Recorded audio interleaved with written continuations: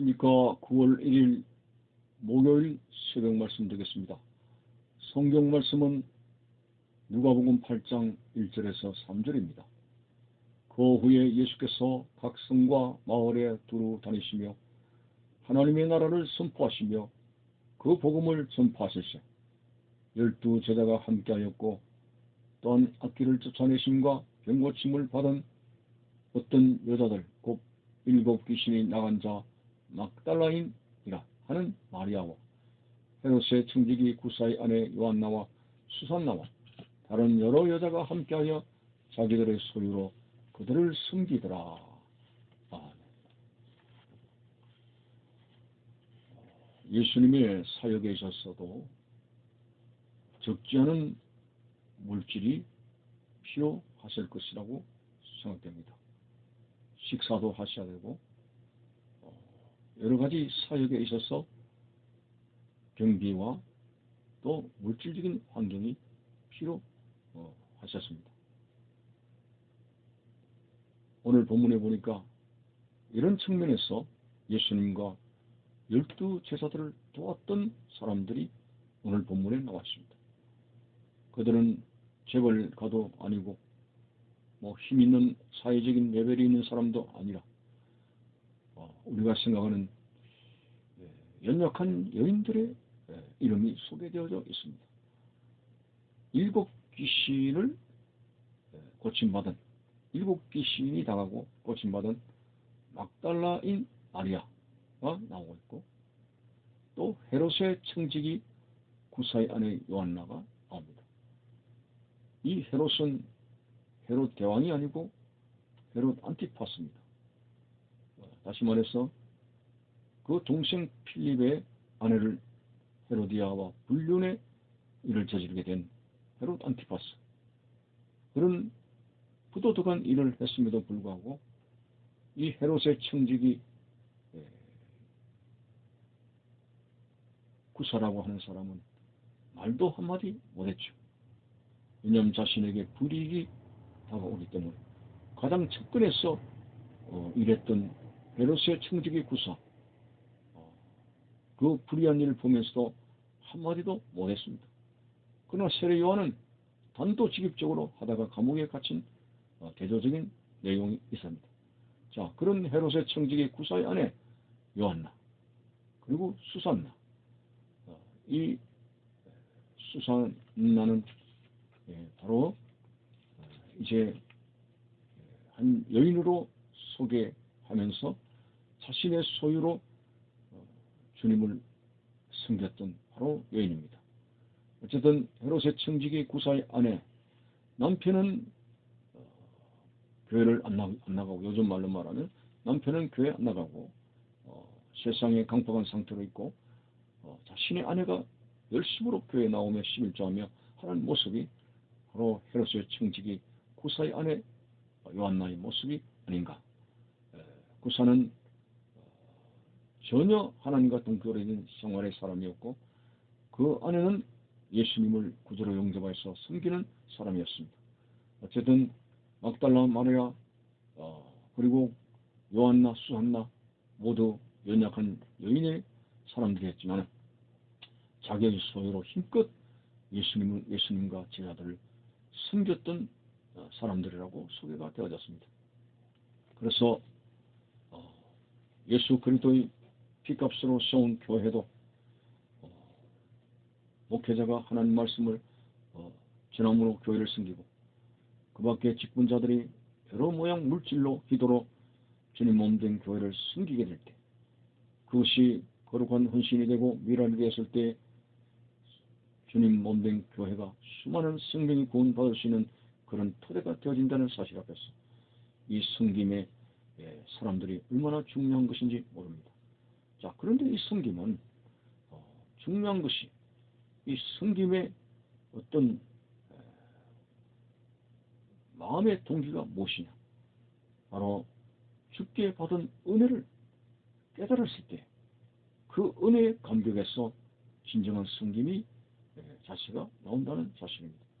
막달라인 마리아도 7 귀신이 들렸다가 온전히 고침을 받게 되었을 것이고 헤롯의 청지기 구사의 아내 요한나와 수산나도 주님으로부터 은혜 받은 사람이고 그 은혜를 깨달았기 때문에 그들은 예수님과 12제자를 사역을 위해서 숨겼던 모습을 우리는 발견하게 됩니다. 우리가 하나님 앞에 억지 같은 헌신이 되지 아니하겠어. 내게 주신 은혜를 우리는 깨달을 수 있는 영적인 눈이 열려야 됩니다. 우리 예수님께서 나를 구원해 주신 십자가의恩寵을 우리는 깊이 들여다보며 어떤 신학자는 진실로 예수 그리스도의 십자가의 은혜를 깨닫는 사람은 천국에 가는 날까지 메마른 눈으로 갈 수 없다.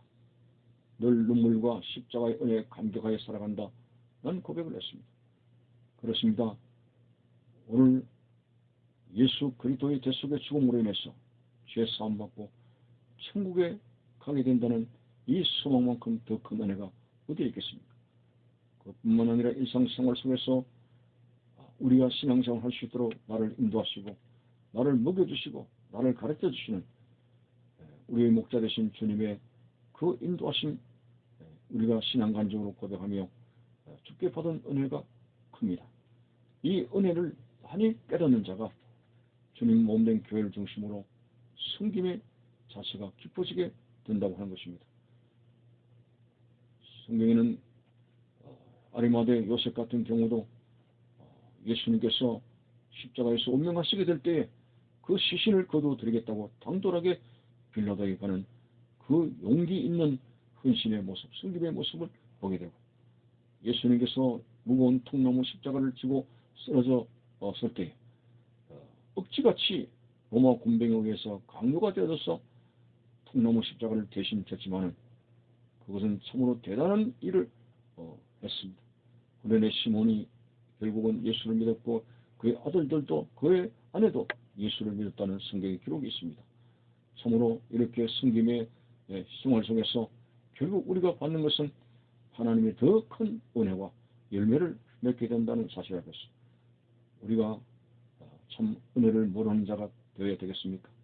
여호와의 주신 은혜를 내가 무엇으로 보답할까 하는 시편 기자의 고백처럼 우리는 참으로 하나님 앞에 즐길 때만 감사합니다, 감사합니다가 아니라 생활 속에서 늘 감사함으로 깨어있는 그것은 어떤 종교적인 형식이 아니라 진실로 마음의 깊은 곳에서 주께서 나에게 베푸신 은혜를 우리가 인정하고 고백할 수 있는 생활이 되게 될 때 내 삶은 진정한 승김으로 열매를 맺을 수 있는 자가 된다고 하는 것입니다. 참으로 오늘 우리 하나님의 은혜를 들여다봅시다. 지금까지 살아온 것은 우연으로 된 것도 아니고 물질의 배경과 누가 나를 도와주는 사람의 배경 그 자체만을 가지고 해석할 수 없습니다. 사람을 통해서 또 여러 가지 환경을 통해서 나에게 역사하신 하나님의 인도하심과 승리를 우리는 결코 부인해서는 안 됩니다. 지금까지 오늘 하나님의 사람이 되게 했고 지금까지 신앙의 길로 인도하신 그 은혜를 생각하게 될 때 우리는 참으로 하나님의 은혜를 잊을 수 없는 사람이 되어야 되고 그리고 평생에 주님 몸된 교회를 위해서 섬길 수 있는 교회 밖에도 오늘 섬김의 생활이 나타날 수 있는 이것이 바로 행복한 신앙생활, 행복한 신자들의 진실된 신앙인의 모습이 아닐 수가 없습니다. 오늘 7 귀신 들린 여인, 그 7 귀신이 들려가지고 미친 그런 소리를 듣게 되는 그 여인이 바른 정신으로 바른 영혼으로 돌아왔을 때 주께서 나를 치료하셨던 그 감격 앞에 얼마나 그 여인이 감사가 넘쳤겠습니까? 그래서 바울은 아무것도 염려하지 말고 오직 모든 일에 기도와 간구로 너희 구할 것을 감사함으로 하나님께 아뢰라고 했고 심지어는 유명한 신앙의 삼박자 신조 뭡니까? 항상 기도하고 범사에 감사하고 그리고 항상 기뻐하고 범사에 감사하고 쉬지 않고 기도하는 그런 바울의 이 모습처럼 오늘 성령 받은 그 바울이 이렇게 감사로 깨어있는 신앙생활을 하게 됐습니다. 강의 위험과 바다의 위험과 동족의 위험과 많은 첩서 삼중의 고난의 길을 걸어갔어도 그는 항상 기뻐하고 범사에 감사했던 그 모습 이것이 바로 은혜를 받은 자의 신앙인의 바른 모습이 될 수가 있습니다. 감사를 모르고 은혜를 깨닫지 못하고 살아가는 투박한 신앙생활, 그거 행복하지 못합니다. 정말 성령의 기름칠을 해서 미끄러지듯